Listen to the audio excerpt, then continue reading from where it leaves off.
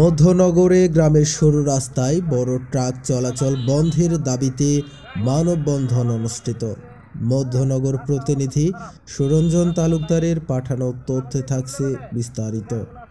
পথ যেন হয় শান্তির, মৃত্যু নয়, এই প্রতিপাদ্যকে সামনে রেখে সুনামগঞ্জের মধ্যনগর উপজেলার উত্তর বংশীগন্ডা ইউনিয়নের মহেশখোলা বাজার ও ভোলাগঞ্জ বাজারে পৃথকভাবে সড়ক দুর্ঘটনার বিরুদ্ধে প্রতিবাদ ও ঝুঁকিমুক্ত পরিবহন এবং নিরাপদ সড়কের লক্ষ্যে গ্রামের সরু রাস্তায় টিসি গাড়ি চলাচল বন্ধের দাবিতে এলাকাবাসী মানববন্ধন কর্মসূচি পালন করে। 12 ফেব্রুয়ারি বুধবার বিকেল 3 ঘটিকায় উপজেলার মহেশখোলা বাজার ও ভোলাগঞ্জ বাজারে এলাকাবাসী মানববন্ধন কর্মসূচি পালন করে। মানববন্ধনে সভাপতিত্ব করেন মহেশখোলা বাজারে বিশিষ্ট ব্যবসায়ী মোহাম্মদ সোহেল রানা। মোহাম্মদ নাজিম মিয়ার সঞ্চালনায় বক্তব্য রাখেন রূপনগর গ্রামের বাসিন্দা দেলোয়ার হোসেন।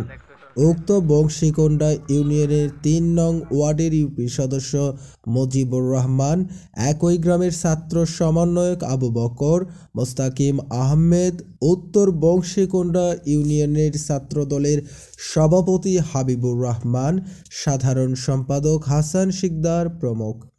এই সময় বক্তারা বলেন, হইতেছে ধুলাবালুয়ে বাড়ির আশেপাশে মানুষ আমরা চলাফেরা করতাম পারতেছি না।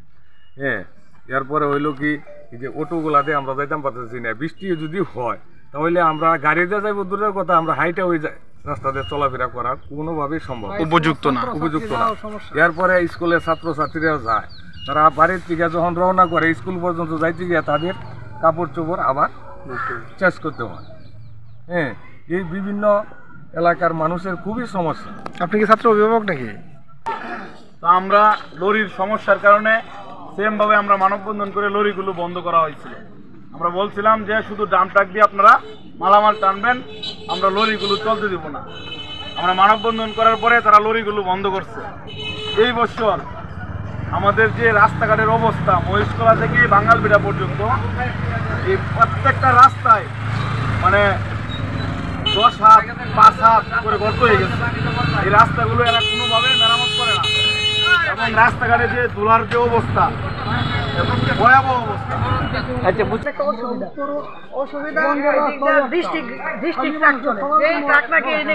অনুমতি নাই, এই ট্রাকগুলো এদিক দিয়ে চলতেছে, যাদের ধারণ ক্ষমতা অনেক বেশি কিন্তু এই রাস্তা ধারণ ক্ষমতা লোড নেওয়ার ক্ষমতা কম, সুতরাং আমাদের অনেক ক্ষয়ক্ষতি হচ্ছে। আমাদের ছেলেমেয়েরা স্কুল আসতে অনেকটা অসুবিধা হয়। আমাদের প্রায় একটার পর একটা অ্যাক্সিডেন্ট করতেছে, ব্রিজের পাশগুলোর মধ্যে গর্ত হয়ে গেছে, এমনি অ্যাক্সিডেন্ট হইতেছে। এটা লাগে কিন্তু ভুক্তভোগী তারা যদি এইরকম করতে হয়, এই ধরনের ব্যবসা বাণিজ্য করতে হয়, তাহলে তাদের করতে হবে কি রাস্তা মেরামতের কাজ করতে।